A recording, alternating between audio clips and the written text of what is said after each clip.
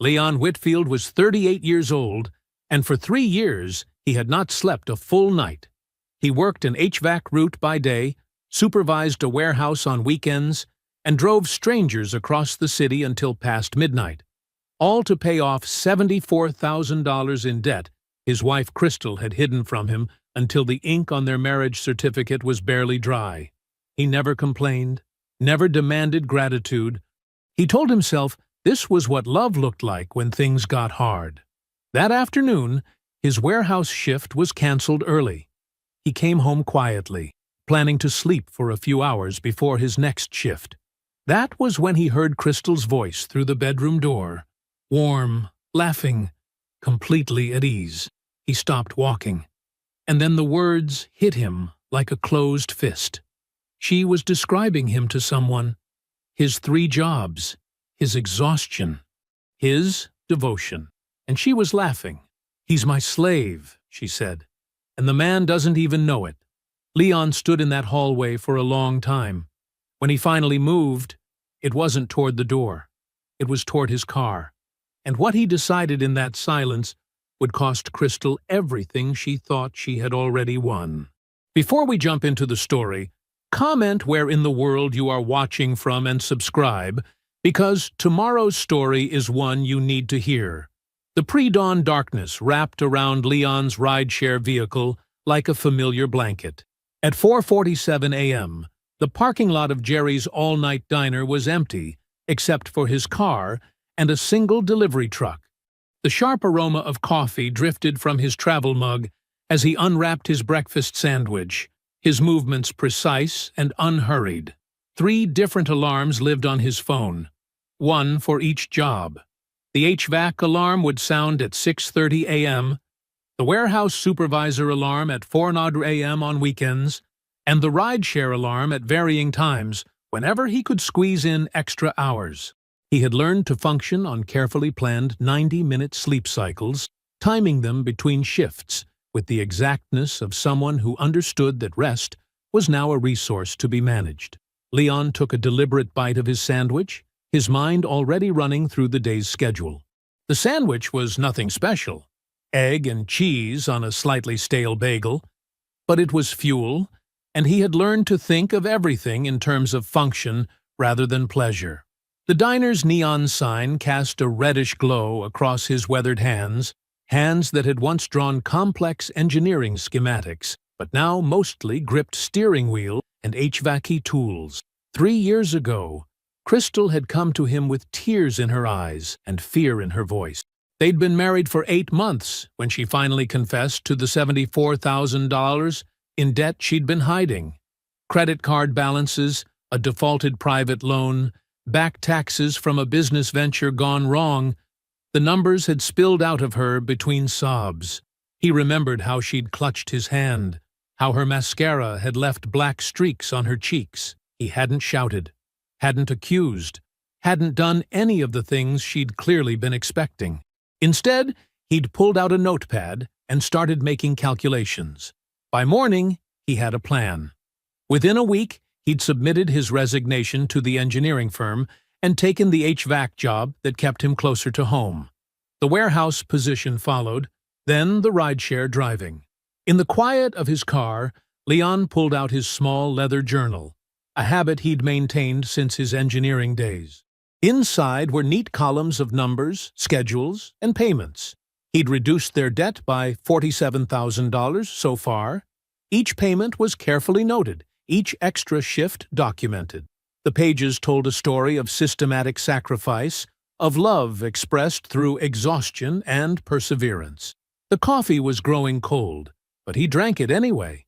Crystal had bought him an expensive coffee maker last Christmas. "So you can at least have good coffee with all these early mornings," she'd said. He'd thanked her, knowing the money had come from the extra shifts he'd picked up in December. At 5:15 a.m., he started the car. The drive home was quiet, street lights casting intermittent shadows across the dashboard. He'd learned every pothole, every timing of every traffic light. Efficiency wasn't just about money anymore. It was about stealing moments of rest wherever he could find them. The house came into view at 6:15 a.m., a two-story colonial that Crystal had fallen in love with during their house hunting. The mortgage payments were manageable on what used to be his engineering salary alone. Now they were another careful line item in his journal, another reason for the 3 jobs. He pulled into the driveway with practiced silence, killing the engine before it could echo off the garage door. The pre-dawn light was just starting to soften the darkness, casting everything in shades of blue-gray. Crystal's luxury SUV sat in its usual spot, the one she used to show properties to high-end clients. Inside, the house was still and quiet. Leon moved through the hallway like a ghost, noting the new decorative lamp on the console table. It was elegant, probably expensive, with a crystalline base that caught what little light there was. He didn't remember discussing its purchase, but then again, he was rarely home when Crystal was awake these days. A memory surfaced as he passed their wedding photo on the wall. Crystal laughing at some joke he'd made during their first date, calling him her rock, with that sparkle in her eyes that made him feel 10 feet tall. He touched the frame lightly, straightening it, even though it didn't need straightening. The shower was quick and efficient, another carefully budgeted piece of his morning routine. He changed into his HVAC uniform, the fabric still crisp from Crystal's careful ironing. She did little things like that sometimes, gestures that reminded him why he'd made all these choices. At 6:45 a.m., Leon backed out of the driveway, glancing once in the rearview mirror at the house he'd been funding alone for 3 years. He was tired, but not broken. The day was just beginning, and he had work to do. Saturday mornings usually meant the steady rhythm of the warehouse, but today was different. A system-wide outage had shut down operations, sending workers home just 2 hours into their shifts. Leon sat in his car outside their colonial house at 10:47 a.m., an unexpected pocket of time stretching before him. 3 hours of potential sleep before his evening rideshare shift, a gift he hadn't planned for. The morning sun cast warm patches across the driveway where Crystal's SUV sat. She must be working from home today, he thought, preparing listings or catching up on paperwork. These quiet moments, when their schedules unexpectedly aligned, were rare now, almost precious in their scarcity. Leon moved with practiced quietness through the front door, his warehouse boots held in one hand to avoid making noise on the hardwood floors.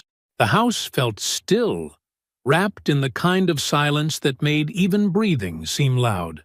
A half-empty coffee mug sat on the kitchen counter. Crystal's favorite, the one with gold rim she'd bought during their weekend in Charleston. He was halfway up the stairs when he heard it. Crystal's voice, drifting from behind their closed bedroom door. She was laughing, the sound bright and unrestrained in a way he hadn't heard in months. Leon paused, not wanting to interrupt what sounded like a personal call, but then her words cut through the air with devastating clarity. "Girl, I don't even have to think about money anymore," Crystal was saying, her tone warm with amusement. "Leon handles everything. The bills, the debt, all of it. He's out here working 3 jobs, and I'm just living. He genuinely thinks this is a marriage." Leon's hand, which had been reaching for the doorknob, froze in midair.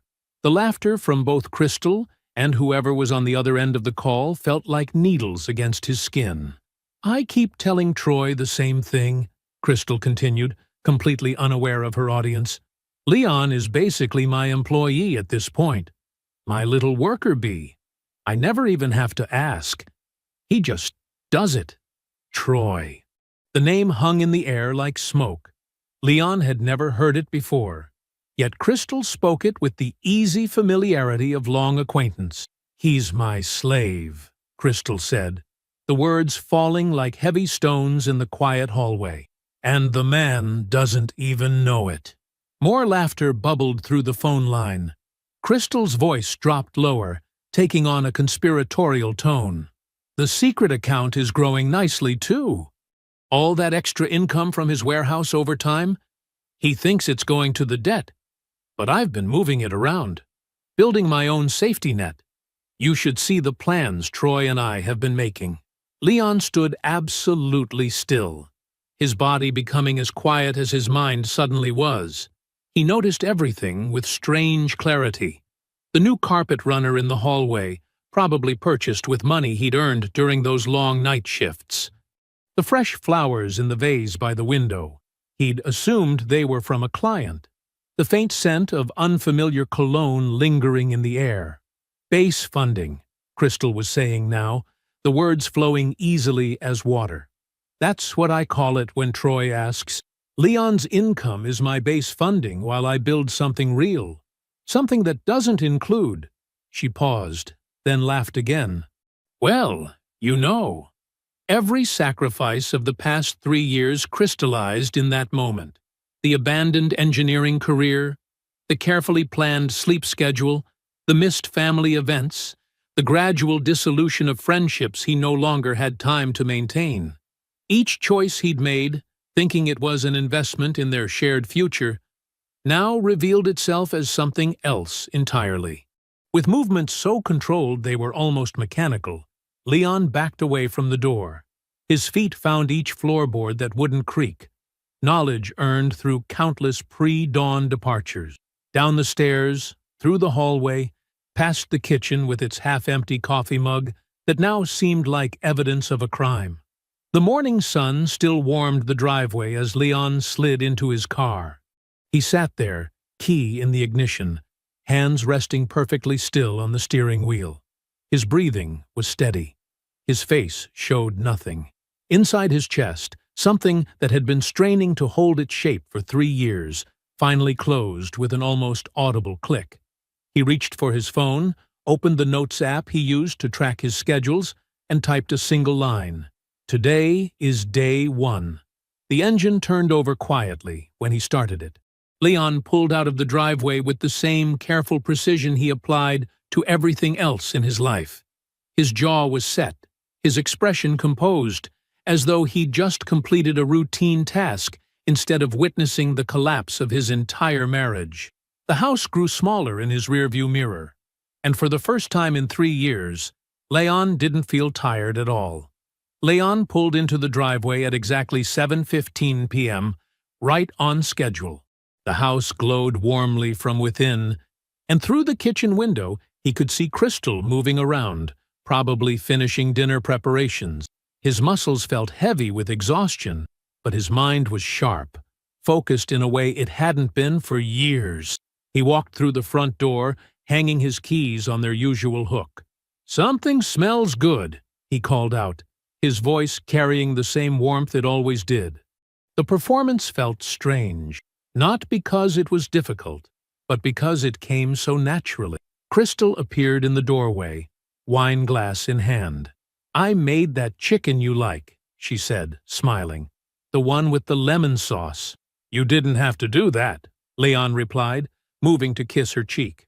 The gesture, once automatic with affection, now felt like a carefully calculated move in a complex game. He noticed how she leaned into it, completely unaware that anything had changed. Over dinner, Leon asked all the right questions. How was her day? Any progress on the Miller listing? Had she heard back about the Riverside property? He watched her talk, animated and confident, describing her latest deals and client meetings. Every few minutes, she'd touch her phone when it buzzed, smiling at messages he couldn't see. "The market's really picking up," Crystal said, taking another sip of wine. "I might have something big coming up soon." She reached across the table, squeezing his hand. "Thanks for holding everything down while I build this baby. I couldn't do it without you." Leon smiled, squeezed back.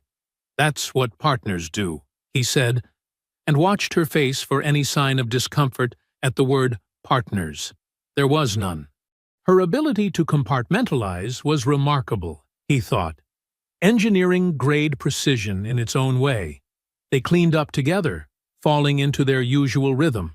Him washing, her drying. They watched an episode of the show they'd been following, Crystal curled against him on the couch. By 10:30, she was yawning. "Coming to bed?" she asked, stretching as she stood. "In a bit," he said. Got some emails to catch up on first. Crystal nodded, unsurprised. His work ethic had always been convenient for her. Don't stay up too late, she said, heading upstairs. Leon waited, listening to the familiar sounds of her nighttime routine. Water running, drawers opening and closing, the soft creak of their bed. By 11:15, her breathing had settled into the steady rhythm of sleep. He opened his laptop, logging into their joint account. The interface was familiar. He'd been managing their finances for years, but tonight he looked at it with new eyes. Not as a husband trying to keep their ship afloat, but as an engineer examining a system's architecture. The transfers appeared random at first glance. $425 here, $750 there, sometimes just $200, small enough to seem insignificant in isolation. But Leon was good with patterns, and these had one. They always occurred 2 days after his warehouse overtime payments cleared. He created a spreadsheet, documenting each transfer methodically. The total made him sit back in his chair. $11,347 over 18 months, all to an account number he didn't recognize. He photographed each transaction screen with his phone, filing them in a newly created folder. The hotel charges were next. 3 different occasions when Crystal was supposedly at real estate conferences. He cross-referenced the dates with his calendar app where he'd noted her work events. The locations didn't match. Neither did the restaurants. Expensive places he'd never heard of. Charges for 2 on nights she'd told him she was working late. One weekend particularly stood out. A spa resort charge from 2 months ago when she'd said she was at a professional development seminar. The amount made him pause. $897 for a couples package. He documented everything, his fingers moving steadily over the keyboard. The engineer in him appreciated the methodology of it all, gathering data, establishing patterns, building a complete picture of the system's operation. At 5:45 a.m., sitting in his parked car outside the diner where he usually ate breakfast, Leon called Aunt Georgia. He recounted everything: Crystal's phone conversation, the account discoveries, the pattern of deception, in precise, measured tones. Aunt Georgia listened without interrupting. When he finished, she was quiet for a long moment. Then, "I need you to answer something for me, baby. Do you want to feel better tonight? Or do you want to be free forever?" "I want to be free," Leon said, his voice steady. "But first, I want her to understand exactly what she's done." "Then stop thinking like a hurt husband," Aunt Georgia said firmly. "Start thinking like an engineer. What do engineers do when they find a broken system?" "They analyze every component," Leon replied, something clicking into place in his mind. "Document every failure point. Understand exactly how it operates before they shut it down." "That's right. You've got the skills for this, Leon. Use them." After hanging up, Leon sat quietly in his car, watching the sun rise over the diner's roof. He opened a fresh note on his phone and began to type. Assets to document. All bank statements, joint and personal. Last 3 years. Credit card statements. Property deed. Investment accounts. Tax returns. Work contracts. Salary documentation. Overtime payment records. To obtain. Phone records. Email access. Security camera footage from warehouse. Confirm my work hours. Professional license verification. Crystal's real estate. Credentials. Property records. Any hidden purchases. The list grew, each item another data point in the system he was preparing to analyze. He wasn't angry anymore. He was focused. The glass and steel building gleamed in the midday sun as Leon pulled into the visitor parking space. He straightened his tie, the same one he'd worn during his last engineering presentation 3 years ago, and checked his reflection in the rearview mirror. His face showed no trace of the exhaustion that came from working 3 jobs. Today, he looked like the engineer he'd always been. Walking through the familiar lobby of Walter Banks's firm brought back memories of late-night project meetings and breakthrough moments. The security guard recognized him, offering a warm smile and a visitor badge without needing to check his ID. "Mr. Banks is expecting you on 12, she said. The elevator ride gave Leon time to settle into the role he needed to play. Not the overworked husband seeking escape, but the professional reconnecting with an old mentor. The doors opened to a floor that hadn't changed. Same geometric carpet, same glass-walled offices, same energy of focused innovation. Walter Banks stood when Leon entered his corner office, coming around his desk with genuine warmth. "Leon Whitfield," he said, gripping Leon's hand firmly. "3 years is too long." They settled into comfortable chairs by the window, overlooking the city. Walter had ordered lunch, sandwiches from the deli that had been Leon's favorite when he worked here. The familiar detail touched him unexpectedly. "So," Walter said, unwrapping his sandwich, "tell me what you've been up to." Leon gave him the sanitized version: HVAC work, management experience, system optimization. He watched Walter's face carefully, noting the slight furrow in his brow that appeared whenever talent was being wasted. "You know," Walter said after a while, setting down his sandwich, "we've had a senior project manager position open for 2 years. 2 years? Leon kept his voice casual. "That's unusual for this firm." Walter's eyes met his directly. "I've been waiting for the right person. Someone who understands both the engineering and the human elements. Someone who can see systems within systems." He paused. "I've been waiting for you to come back, Leon." The words landed exactly as Walter intended. Leon felt something shift inside him. Not hope exactly, but confirmation. A piece of his larger plan clicking into place. "The position comes with a significant salary increase," Walter continued. "Full benefits, of course. The team is solid. You'd know some of them from before. Start date could be flexible." "How flexible?" Leon asked, his mind already calculating timelines. 6 weeks out would work. We have a major project ramping up then." Walter leaned back. "But I should warn you. There would be some travel involved. Maybe 2 weeks per quarter." Leon nodded, keeping his expression thoughtful rather than eager. "I'd need to discuss it with Crystal," he said, the lie smooth and necessary. "Of course," Walter agreed. "Take your time." Later that week, Leon sat in a different office, this one belonging to Patricia Chen, a family law attorney recommended through a careful chain of connections. The office was smaller, warmer, with diplomas on the walls instead of engineering awards. "Financial misconduct in marriage takes many forms," Patricia explained, her voice steady and professional. "Hidden accounts, undisclosed debt, misappropriation of joint funds, these all factor into equitable distribution during divorce proceedings." Leon paid in cash, the bills coming from an account he'd opened at 19 and never mentioned to Crystal. He scheduled a second appointment for later that week. At home, he moved through his days with precise attention to detail. He brought Crystal coffee in the morning, asked about her listings, listened to her client stories with apparent interest. When she mentioned wanting to try a new restaurant, he made reservations immediately. He performed devotion so convincingly that she began to relax into it, accepting his attention as her due. "Leon's really been stepping it up lately," he overheard her tell Adrienne during their Sunday brunch. She said it with the satisfaction of someone who believed they had successfully trained a pet. Her certainty that his behavior meant contentment would prove to be her most costly miscalculation. At his second meeting with Patricia Chen, Leon placed a thick folder on her desk. "Everything's documented," he said quietly.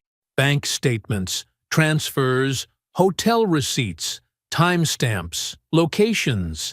He watched as she opened the folder, her expression shifting from professional neutrality to something deeper as she turned each page. The evidence was methodical, overwhelming in its detail.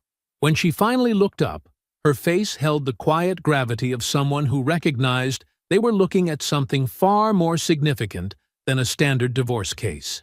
"Mr. Whitfield," she said carefully, "you've been very thorough."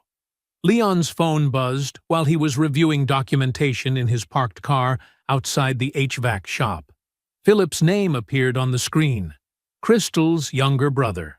They hadn't spoken directly in months. "Leon!" Philip's voice carried an edge of discomfort. "Do you have time to meet? Somewhere private?" He paused. Without Crystal knowing? Something in Philip's tone made Leon sit straighter. "When?" "Today, if possible." "It's important." Leon suggested Ray's barber shop, a place he'd frequented for years, where the whir of clippers and random conversation provided natural cover for difficult conversations. Philip agreed to meet in an hour. The barber shop was quiet when Leon arrived, just Ray working on one customer while sports played on the wall-mounted TV. Philip was already there, sitting stiffly in one of the waiting chairs, his phone gripped tightly in his hands. "Thanks for coming," Philip said as Leon sat beside him. His face carried the strained look of someone who hadn't slept well. "I've been trying to figure out how to handle this for weeks." He unlocked his phone and pulled up a group chat. Leon recognized the names immediately. Crystal, Adrian, and Sarah from Crystal's office. Philip's name was there too, though his responses were sparse. "I should have shown you sooner," Philip said, handing Leon the phone. "Just read." The messages stretched back over a year. Leon scrolled slowly, his expression unchanging as the content revealed itself. Crystal, 8 months ago. Had to remind Leon to wear the good suit to the firm dinner. I swear that blue-collar energy just radiates off him sometimes. Adrian, at least he cleans up nice. Crystal, when properly managed. He kept scrolling. The timestamps jumped forward. Crystal, Troy says I should be ready to make partner at Sewell & Associates within 2 years. The commissions alone would set me up perfectly. Sarah, what about Leon? Crystal, what about him? I just need him stable for another year, maybe 18 months. Then I can let him go. He's been useful. I'm not carrying that working-class anchor forever. Adrienne, Crystal, that seems harsh. Crystal, it's practical. He served his purpose. I needed someone reliable to clean up my finances, and he did that.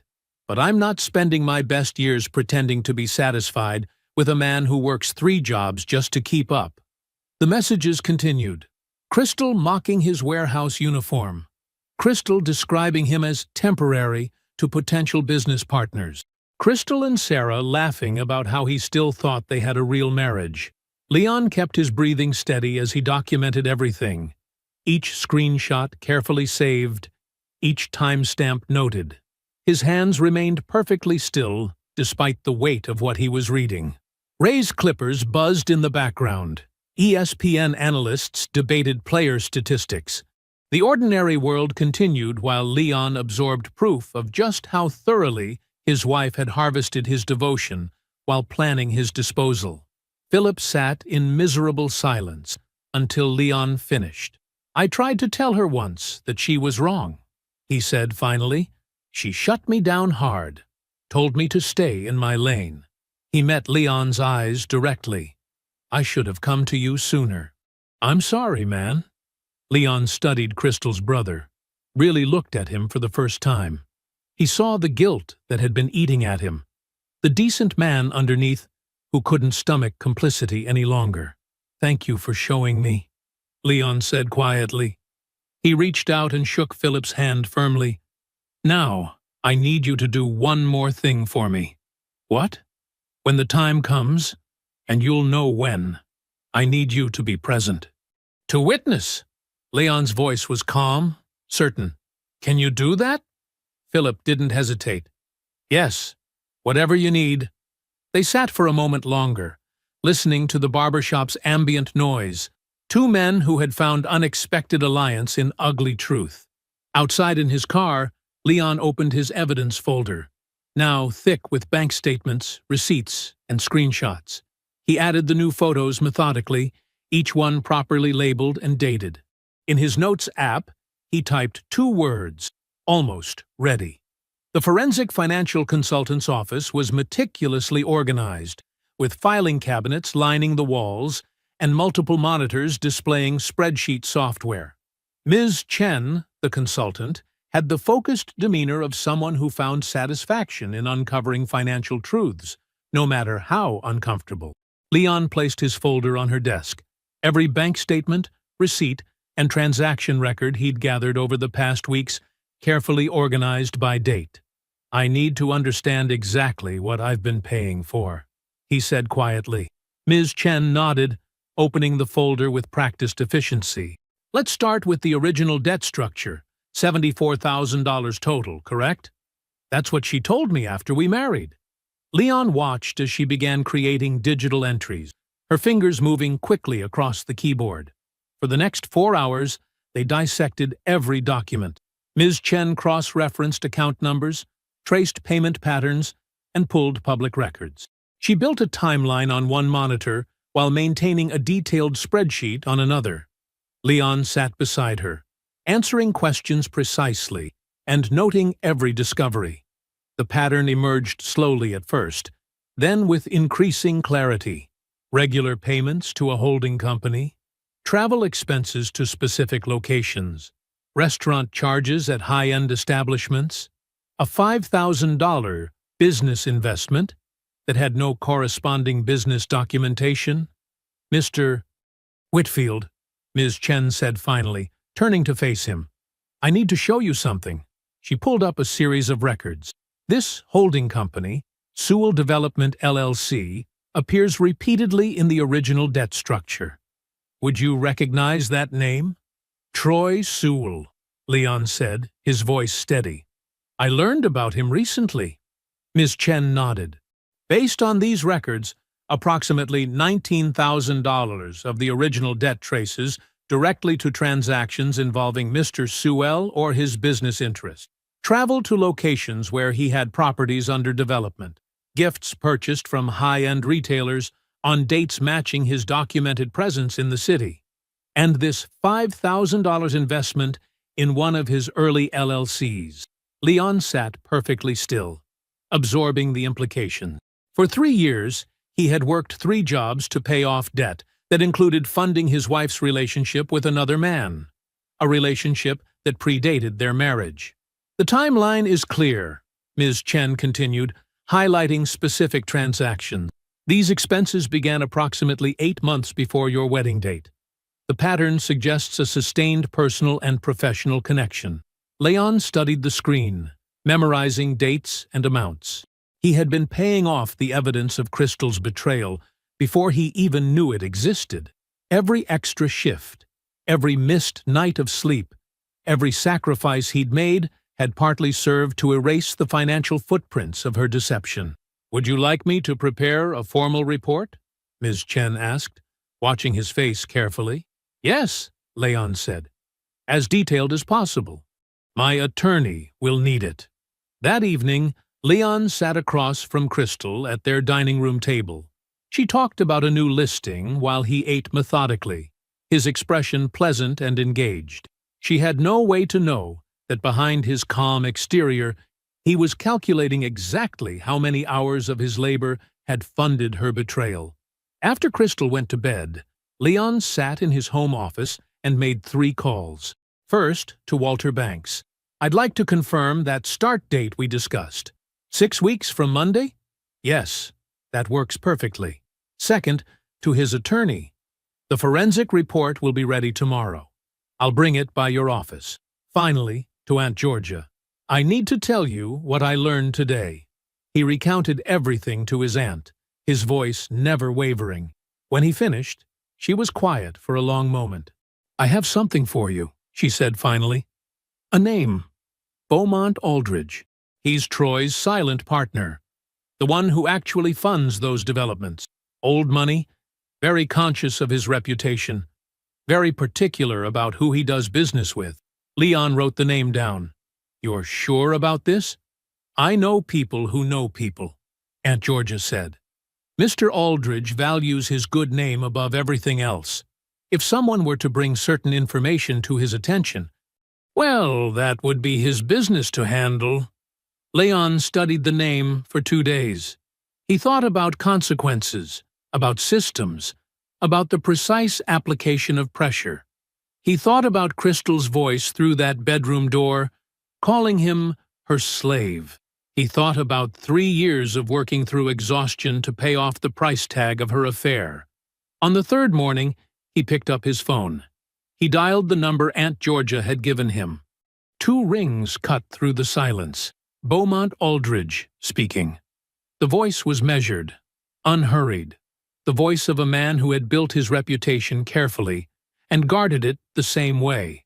Crystal practically floated down the stairs that morning, her silk robe flowing behind her like a victory banner. Leon was already at the kitchen table, reading the news on his tablet while his coffee cooled. "I got it!" Crystal's voice rang with triumph. "The Westbrook property! 1.4 million, Leon. This is going to be my biggest commission ever."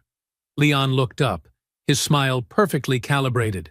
"That's wonderful, honey. Congratulations." Crystal poured herself coffee, adding a precise amount of cream. "Troy says this could be a game changer for my career trajectory. Once people see me handling properties at this level—" She paused, basking in the moment. "We should celebrate." "Whatever you'd like," Leon said, his voice warm and accommodating. Crystal sat across from him, unusually animated. "I've been thinking, we haven't had a real vacation in forever. Maybe we could go somewhere nice once this deal closes? The commission would more than cover it." Leon reached across the table and squeezed her hand. "That sounds nice. We'll plan something." What Crystal couldn't see, as she happily outlined potential destinations, was that Leon had already set several wheels in motion that week. His direct deposit information had been quietly updated at all 3 jobs. The changes wouldn't register for 2 pay cycles, but soon every dollar would flow into his personal account, one Crystal didn't know existed. In his attorney's office downtown, a thick manila folder held divorce papers awaiting his signature. The forensic accountant's report sat beside them, along with documented evidence of Crystal's ongoing deception. The timing was precise. Everything would be ready to file exactly when the maximum impact would land. Across town, in a corner office with a view of the city, Beaumont Aldridge was reviewing certain business arrangements with new attention. The quiet, dignified investor had begun asking pointed questions about Troy Sewell's financial structures, documentation practices, and partner relationships. Troy, unaware of the catalyst for this scrutiny, was finding himself increasingly uncomfortable under Aldridge's measured gaze. Crystal spent the week riding her success, her confidence radiating through every room she entered. She invited Adrienne over for dinner on Thursday, wanting to share her triumph with her closest friend. Leon played his part flawlessly. He grilled steaks to perfection, kept wine glasses full, and participated in conversation with genuine warmth. He asked about Adrienne's children, remembered details from previous discussions, and laughed at all the right moments. "You two seem so happy," Adrienne said, as Crystal walked her to the door later that evening. "It's nice to see." Once she was in her car, Adrienne pulled out her phone and called Crystal. "That man loves you," she said, her voice carrying a weight Crystal didn't register. "I hope you know what you have." Crystal's laugh was light and dismissive. "Oh, I know exactly what I have."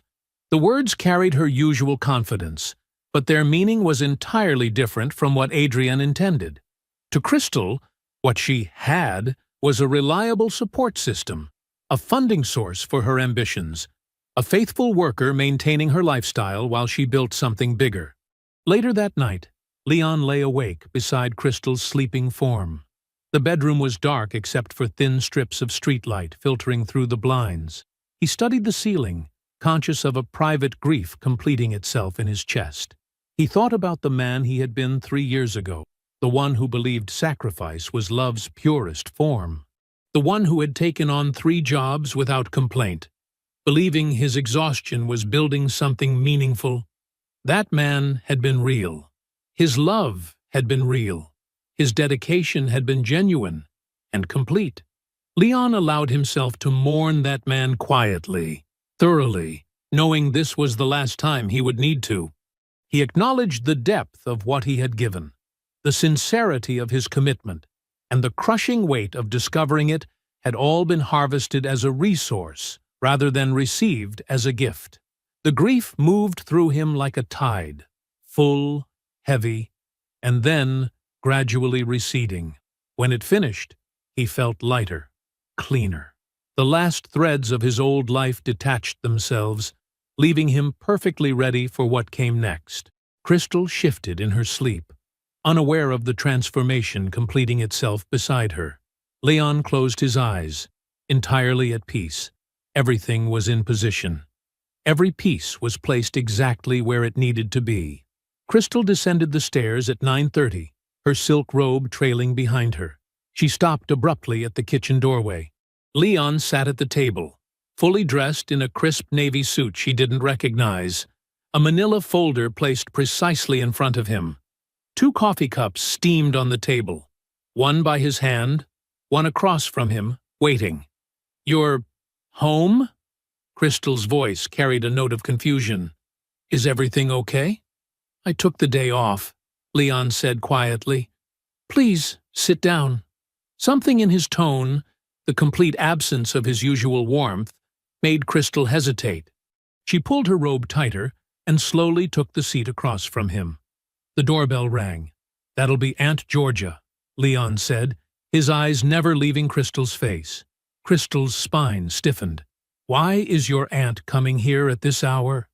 Leon didn't answer. He stood, walked to the front door, and opened it. Aunt Georgia stepped inside, her face set in lines of granite determination. She nodded once at Leon, then walked past Crystal without acknowledgement, taking a seat in the corner armchair. Her silence filled the room like smoke. The doorbell rang again. This time, Crystal stood up. "What is happening right now?" Philip walked through the door, his usual easygoing expression replaced with something heavier. Crystal took a step back. "Philip, what are you doing here?" Her voice sharpened. "Why are you here with them?" "Sit down, Crystal," Leon said.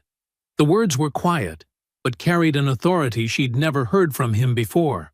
Crystal remained standing, her eyes darting between the 3 faces turned toward her. "I don't understand what this is, but if you're trying to—" "3 weeks ago," Leon cut in, his voice level, "you had a phone conversation in our bedroom. You thought I was at the warehouse. I wasn't." He opened the folder.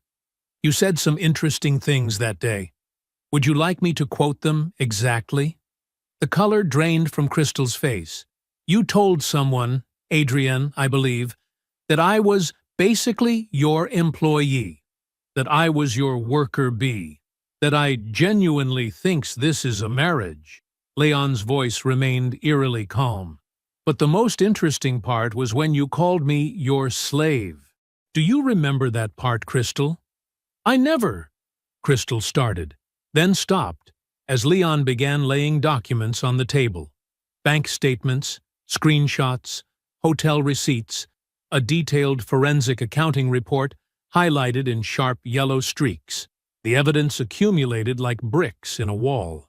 $19,000, Leon continued.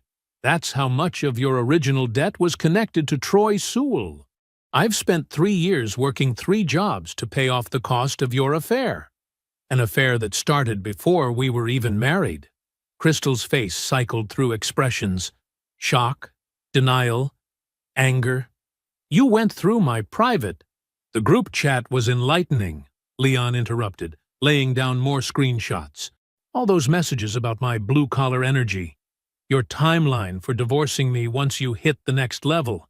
The jokes about how I'd never know about Troy because I was too busy working to notice." Crystal whirled toward Philip. "You showed him? My own brother?" Philip met her gaze steadily. "You turned into someone I don't recognize anymore, Crystal. I tried to tell you what you were doing was wrong. You told me to stay in my lane." "Well, this is me picking a lane." Crystal's hands trembled. She switched tactics, her eyes filling with tears. "Leon, please, I know I made mistakes, but we can work through this. We can get counseling. We can—" Leon slid a final document across the table. Divorce papers, already bearing his signature. The house goes on the market next month, he said calmly. My attorney will contact yours. I start my new position at Walter Banks's firm on Monday. He stood up, buttoning his jacket with precise movements. This isn't a negotiation, Crystal. This is a notification. Leon, Crystal's voice cracked. Please, I made mistakes, but we can… Leon turned to face her fully. His voice, when it came, was soft but final. You told someone I was your slave. I need you to understand. That was the last thing you ever took from me. He picked up his keys from the counter. Aunt Georgia rose from her corner, her silence still perfect and damning. Leon walked to the front door, opened it, and stepped out into the morning air. He stood on the front step for a moment, drawing in a slow breath, then walked to his car without looking back. Leon walked through the gleaming glass doors of Walter Banks Engineering at precisely 8 a.m. Monday morning. The security guard, checking his new ID badge, smiled warmly. Welcome aboard, Mr. Whitfield. The elevator carried him to the 14th floor. Walter stood waiting, his familiar weathered face breaking into a genuine smile. Right on time, as always. He gestured down the hallway. Let me show you your office. The corner office had floor-to-ceiling windows that would catch the afternoon sun. A sleek desk, empty bookshelves waiting to be filled, and a small conference table filled the space. It wasn't extravagant, but it was earned. Leon set his laptop bag down carefully. Team meeting at 10, Walter said. Take some time to settle in. Leon stood at the window for a moment, watching the city wake up. No need to rush. For the first time in 3 years, he had just one job to focus on. That same morning, across town, Crystal's phone buzzed with an urgent message from her broker. The sellers of her $1.4 million listing wanted an immediate meeting. She arrived to find not just the sellers, but also her broker and the firm's legal counsel waiting. The sellers' faces were tight with barely contained anger. Would you care to explain, the husband asked, sliding a printed article across the table, why your associate Troy Sewell is under investigation for financial irregularities, and why your name appears connected to his dealings? Crystal's stomach dropped. She reached for the article with trembling fingers. Beaumont Aldridge, described as Troy's primary investor, had initiated a comprehensive audit of all business relationships and transactions. This is a misunderstanding, Crystal started, but her broker cut her off. Until this situation is clarified, he said firmly, the firm is implementing a performance review structure. All your current and potential listings will require senior agent oversight. Your client access will be limited. The sellers stood up. We'll be listing with another agency, the wife said flatly. One without these complications. Crystal watched her largest commission evaporate. Her phone buzzed again. Troy, probably with his own crisis. She ignored it. Her carefully constructed exit strategy, built on projected income she no longer had access to, began crumbling. She called Adrienne, desperate for the comfort of familiar support. Crystal? Adrienne's voice was hesitant. I was actually going to call you. Everything's falling apart, Crystal said. I can't do this anymore, Adrienne cut in quietly. I've been part of something wrong, and I can't keep pretending it's okay. Crystal sat up straighter. What are you talking about? The group chat. The things we said. The things I let you say about Leon without speaking up. I warned you once, remember? I told you how you were treating him wasn't right. You laughed it off. Adrienne? No. Adrienne's voice hardened. I'm not standing beside you on this one. What you did was cruel, and I was wrong to stay quiet about it. I can't be your friend and like who I am at the same time anymore. The line went dead. Crystal stared at her phone, another support beam collapsing. Meanwhile, Leon's first week flowed with the steady rhythm of focused work. His engineering skills, sharp despite 3 years away, earned quiet nods of approval from his colleagues. By Friday's team meeting, Walter's public praise felt earned rather than charitable. Leon's analysis of the Thompson project infrastructure saved us from a major redesign. Walter announced to the room, "This is exactly why I've been trying to get him back here for 2 years." Sunday evening found Leon pulling into his mother's driveway. The house smelled of pot roast and fresh bread. She'd been cooking all day, he realized. His mother opened the door before he could knock. She wrapped him in a fierce hug, then held his face between her hands. Her eyes said everything that didn't need words. "I'm sorry. I'm proud. You're home." They ate at the small kitchen table where he'd done homework as a boy. She filled his plate twice, watched him eat with maternal satisfaction, and told him stories about his cousin's children until the kitchen grew dark. "You look better," she said finally. "You look like yourself again." Driving home that night, Leon kept the windows down. The spring air moved through the car like something alive. No schedule pressed against his thoughts. No second job waited. No rideshare app demanded his attention. He drove simply to drive, moving through the darkness like a man who had reclaimed his own time, his own breath, his own life. The city lights blurred past like stars, and for the first time in 3 years, he felt the simple pleasure of having nowhere urgent to be. 1 year later, the fluorescent lights of the 24-hour diner cast the same pale glow across the worn tabletop. Leon sat in the corner booth where he had eaten countless pre-dawn breakfasts during those grinding years of 3 jobs. The window beside him reflected the interior rather than showing the darkness outside. His coffee steamed in the same thick ceramic mug they'd always used, but the man holding it was different now. A draft of his conference speech lay beside his notepad. Walter had insisted on introducing him personally at the regional engineering conference that weekend. "Best hire I've made in 15 years, he'd said, refusing to let anyone else do the honors. The recognition felt earned rather than granted. Leon's redesign of the Thompson infrastructure had saved the firm millions and established his reputation beyond question. He glanced at his watch. 4:47 a.m. The same time he used to arrive here between his rideshare shift and HVAC work. Now he came because he chose to, because he enjoyed the quiet of pre-dawn hours when his mind was sharpest. His apartment across town waited in comfortable silence, a second-floor corner unit he'd chosen specifically for how the afternoon sun filled the space. No elaborate decorations, no carefully curated image, just clean lines, comfortable furniture, and walls lined with engineering books he actually read. Everything in it was his alone, purchased with single-job earnings and arranged according to his own taste. The Sunday morning calls with Aunt Georgia had become a ritual. She took full credit for the whole thing with anyone who would listen, but her real pride showed in quieter ways.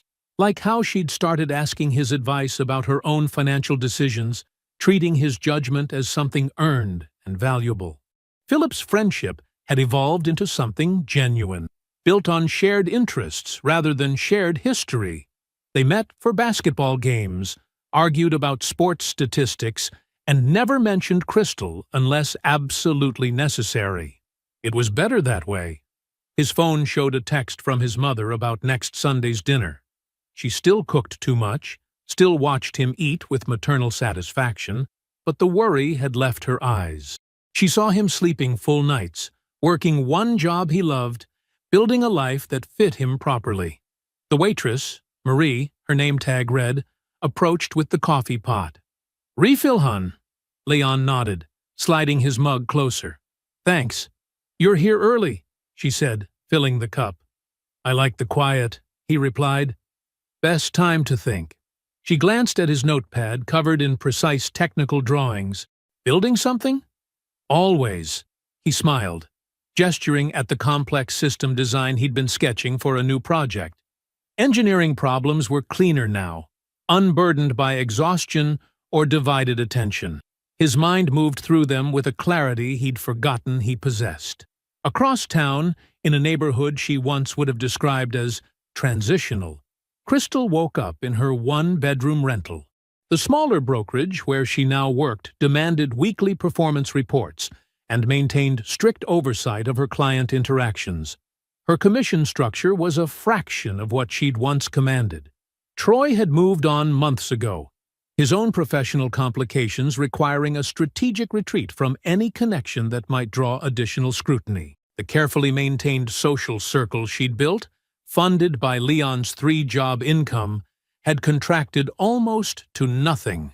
No more luxury spa weekends, no more exclusive dinner parties, no more carefully curated Instagram moments. She wasn't destroyed. She had enough to live on, a roof over her head, and her license was still valid. But she was reduced to exactly what she had built for herself, without the foundation of Leon's quiet labor beneath it. The life she'd dismissed as blue-collar had been funding the image she couldn't maintain alone. Back in the diner, Leon added another detail to his system design. The project was complex, but elegant, the kind of challenge that made engineering feel less like work and more like solving an intricate puzzle. He'd forgotten, during those 3 years of grinding survival, how much he genuinely loved this work. Marie passed by again, this time carrying plates to another early customer. "Need anything else?" "Just the quiet," Leon said, smiling briefly before returning to his work. The pre-dawn darkness pressed against the window beside him. His reflection looked back, steady, unhurried, free. The man in the glass was familiar now, restored to himself. He took a slow sip of coffee and turned back to his drawings, adding another precise line to the design taking shape on the page. I hope you enjoyed that one. Be sure to like the video and subscribe so you don't miss the next story. I've picked out 2 more for you that I think you'll really like.